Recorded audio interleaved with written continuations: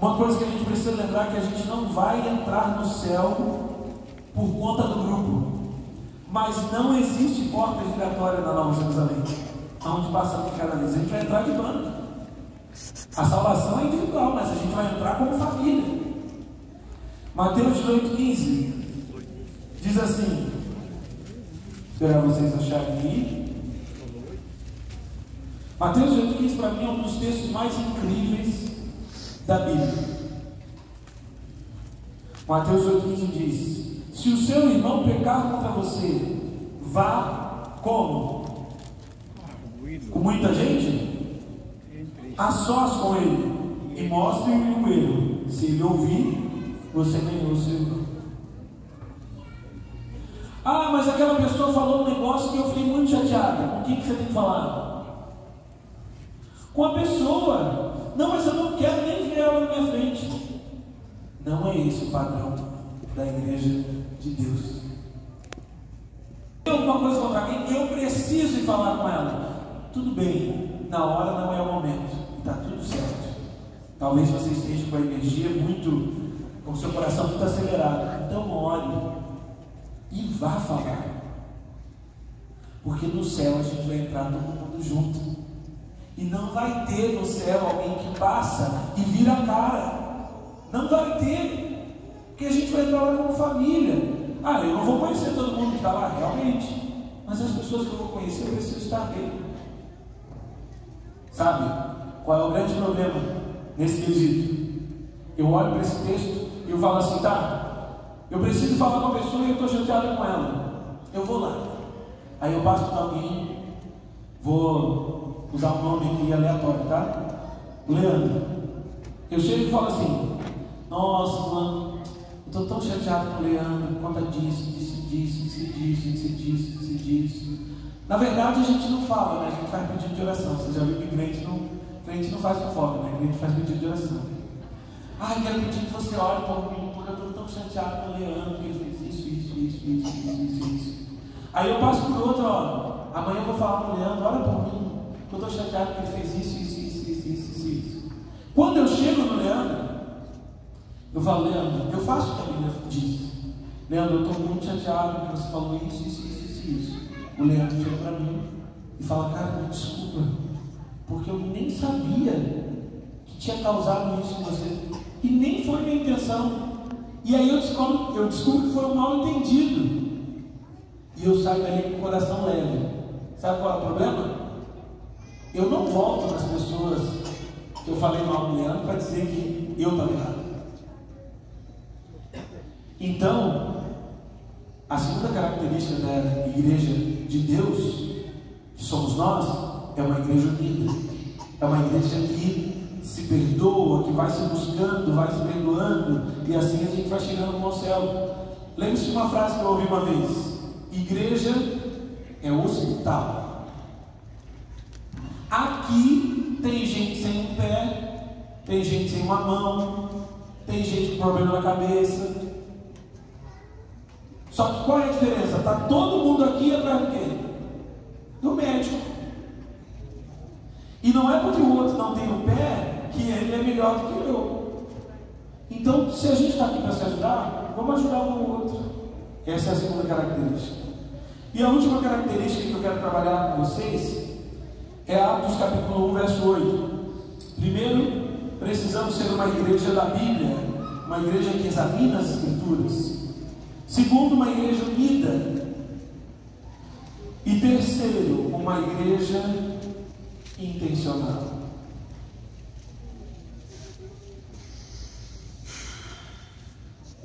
Atos capítulo 1, verso 8.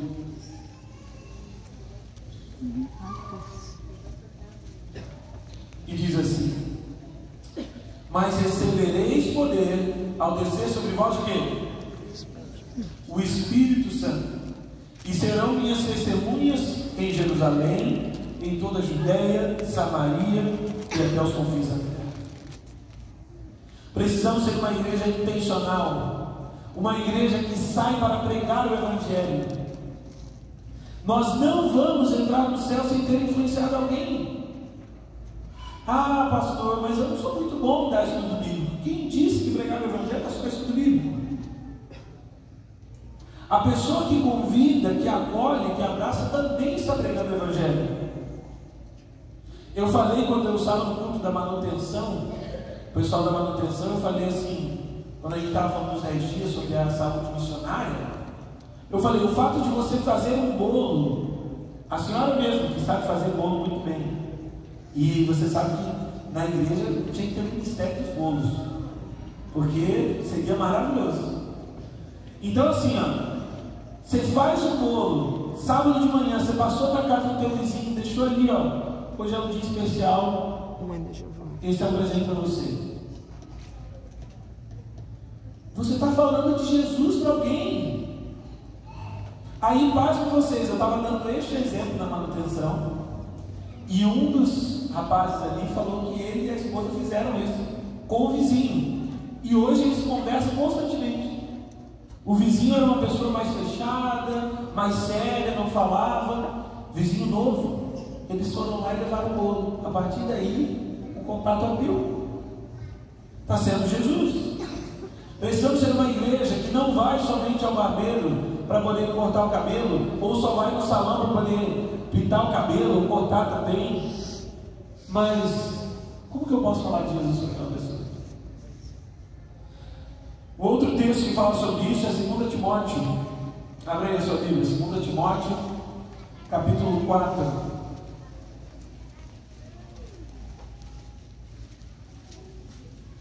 Segunda Timóteo, capítulo 4,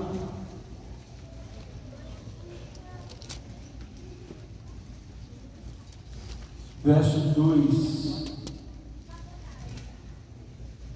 2 Timóteo 4, verso 2.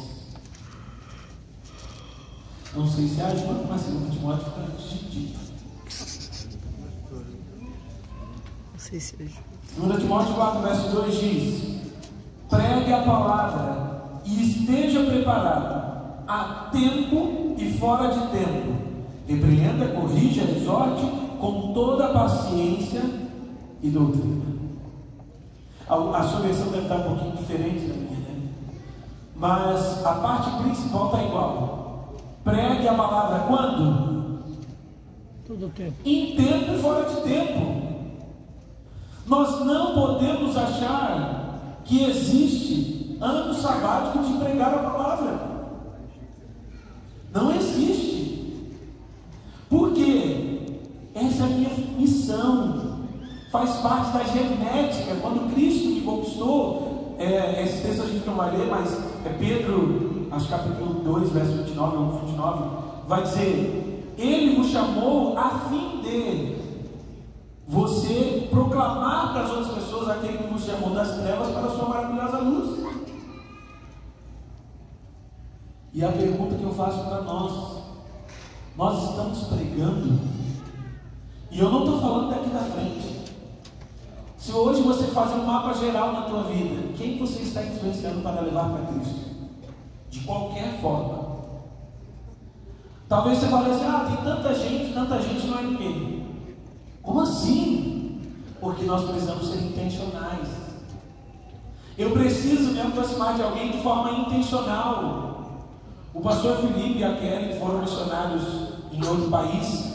Eles viveram bem isso, de você ser intencional, individualmente, com cada pessoa. Mas eu trabalho com tanta gente. Ontem eu visitei um casal, acho que foi ontem, no comércio deles. E eles estão iniciando o comércio. E o esposo falou para mim assim: nós estamos fazendo isso aqui, não é tanto para conseguir recursos, é para que este lugar seja um centro de influência aqui na cidade, para que em breve as pessoas estejam estudando a Bíblia aqui em cima. Igual volta, né? Intencionalidade, viver uma vida com propósito. E o último texto que eu quero ler para você, com você, é Romanos capítulo 10. Abra sua Bíblia aí, Romanos capítulo 10, verso 14.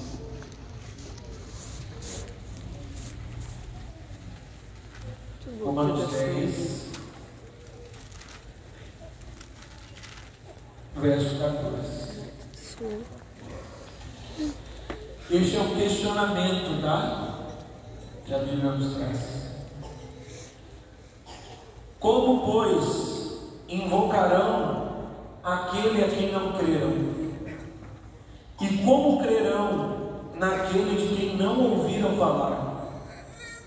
E como ouvirão se não houver quem pregue? Amigos, vou dizer algo para vocês que um dia eu fui obreiro bíblico de uma igreja lá no Rio de Janeiro, no bairro chamado Colégio. Então, era a igreja do colégio. Era uma igreja totalmente diferente de nós aqui. Porque aqui nós não temos muitos vizinhos bem perto. Lá era o prédio da igreja, que já era uma casa, seguido. Era numa rua, normal, como todas as outras igrejas. E um dia, eu recebi uma lista da TV Novo Tempo de pessoas que tinham pedido estudo bíblico na TV Novo Tempo e já faziam estudos bíblicos em sua casa. E assistiam a TV Novo Tempo constantemente. Tem muito tempo assim. Eu descobri que porque a rua é pequena, ela não é tão grande, ela vai ter umas 3 quadras assim. Eu descobri que na rua da igreja tinham 8 pessoas que já tinham pedido estudo bíblico para Novo Tempo. E eu nunca tinha visto essas pessoas. Aí eu entrei na casa de algumas delas, não era um estudo. Tem gente que já tinha pedido 4, 5 estudos na rua da igreja. A partir daquele dia, eu fiquei meio reflexivo, sabe? Eu ficava andando pela rua e ficava pensando. Já faz um mês que eu subo todo sábado de manhã para o meu terraço e eu leio a minha Bíblia e canto alguns louvores que eu conheço lá em cima, porque eu não sei onde tem uma igreja. Então eu guardo os meus sábados aqui em casa, do jeito que eu aprendi na TV Novo Tempo. Quando essa mulher descobriu onde era a igreja, ela ficou muito emocionada. E ela se batizou e está lá até hoje. Só que o que mais me encantou foi pensar que tem pessoas prontas para se entregarem a Cristo. Mas como ouvirão se não há quem pregue? Já se entregaram. Como crerão, como diz uma música antiga, como crerão se ninguém se dispõe a ir? O irmão Dorialino, que já faleceu, era uma pessoa que me inspirava nisso. Ele falava para mim que há muito tempo, 2 horas da tarde no sábado, era dia das pessoas se reunirem no fundo da igreja, começarem a cantar e as duplas missionárias iam saindo para fazer visitas. Ele me falava que todo sábado só tinha culto até as 10 horas, porque 10 horas da manhã todo mundo saía para ir para a rua, que era sábado missionário. Não sei se aqui era assim, mas lá no Rio de Janeiro era. O que nós temos feito para pregar o Evangelho? 3 características que é o que nós trouxemos hoje. Primeira, estamos sendo a igreja da Bíblia, uma igreja que lê a palavra, que examina, que se aprofunda, que tem contato, que deixa Deus te falar através da Bíblia, ou estamos nos baseando em sermões e reflexões de outras pessoas? Segundo, estamos sendo uma igreja unida, uma igreja que se perdoa, que se ajuda, que se abraça, que cuida uns dos outros? Ou será que eu venho para a igreja, bato meu ponto e volto para minha casa e eu nem olho para quem faltou, para quem não faltou? E terceiro, será que eu estou sendo uma igreja intencional, que sempre busca estudar a Bíblia com alguém? E para mim, como pastor, eu vou te dizer, uma vez eu ouvi isso no começo do meu ministério: pastor, você vai ter vários estudos bíblicos, classes bíblicas, entre um monte de coisa, mas você precisa ter um estudo bíblico seu, aonde o seu CPF dá estudo bíblico para alguém. E eu pensava assim na minha cabeça, nossa, mas como assim? O pastor já pôs isso no bíblico, é real. Mas eu tenho que ter isso no bíblico da minha família.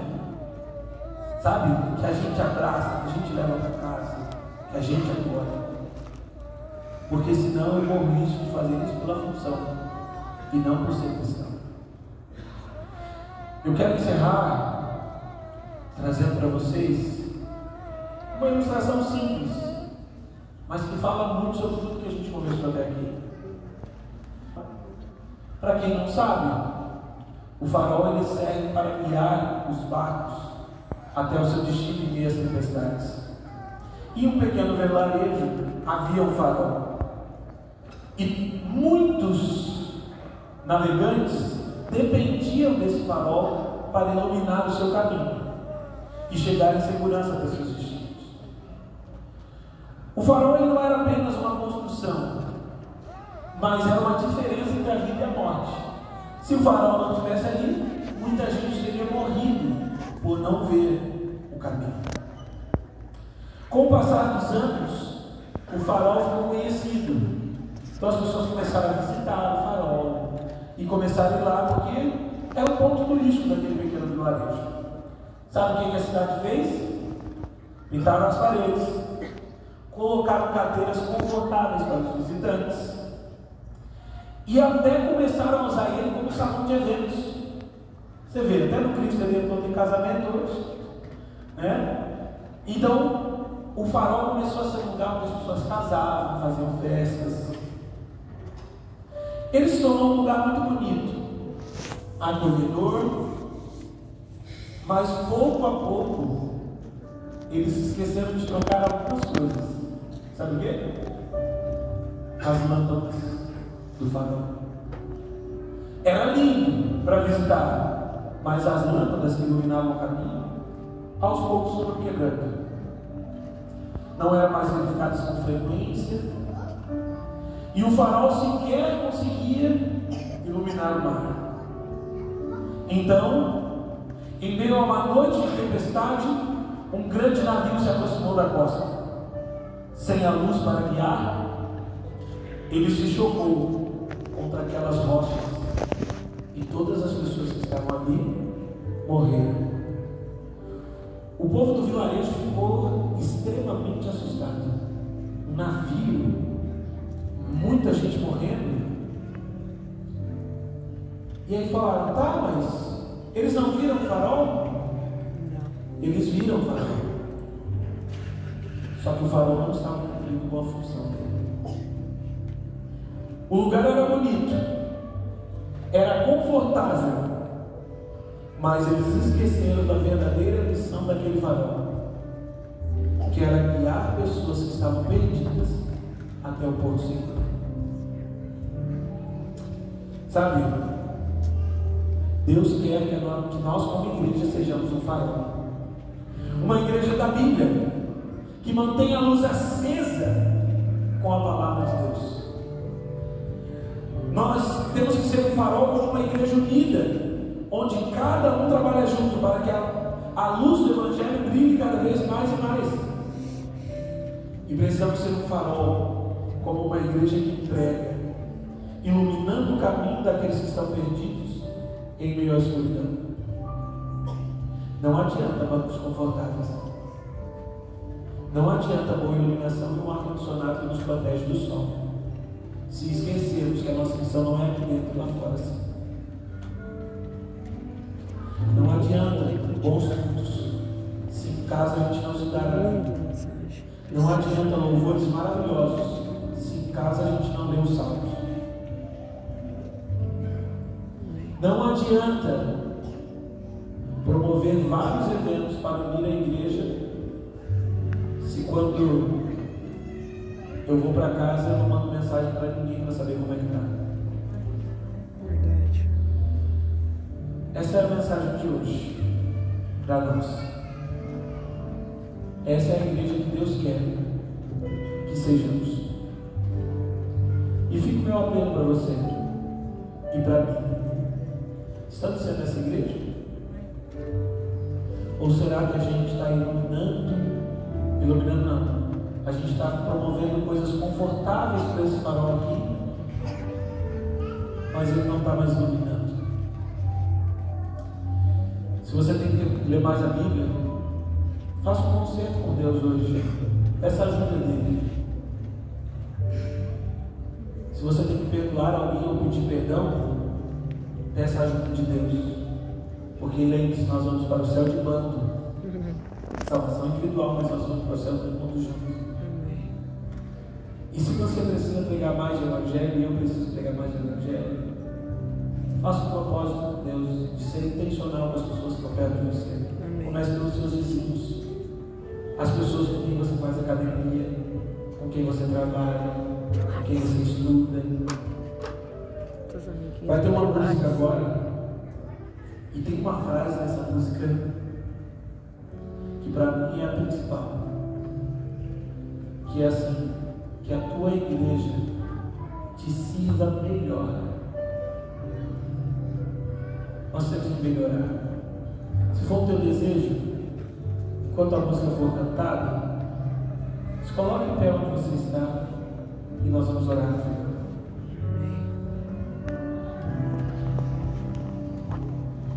Que a tua igreja te sirva melhor, vestida de obras repletas de amor, que o seu coração seja um bom guardador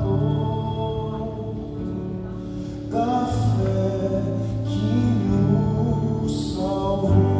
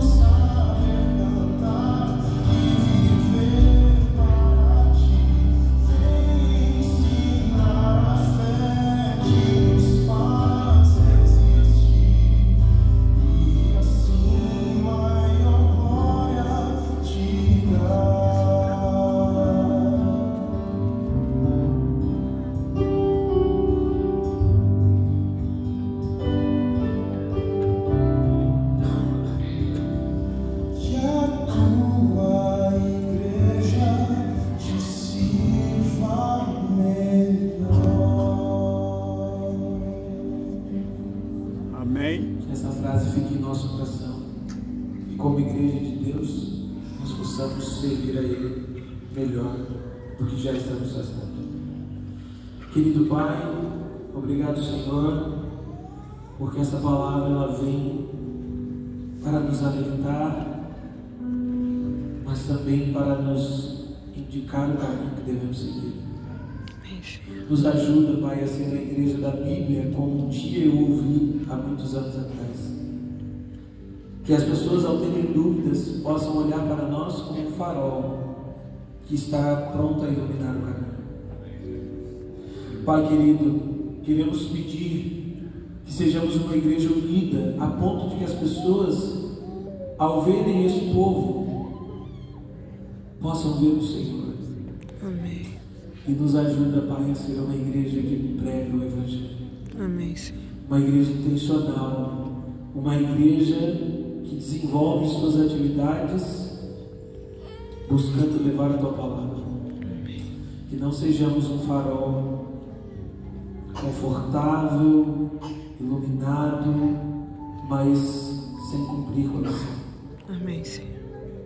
Que possamos iluminar o caminho dos navegantes deste mundo ao porto seguro que é em Teus braços. Amém. Em nome de Jesus. Amém. Amém.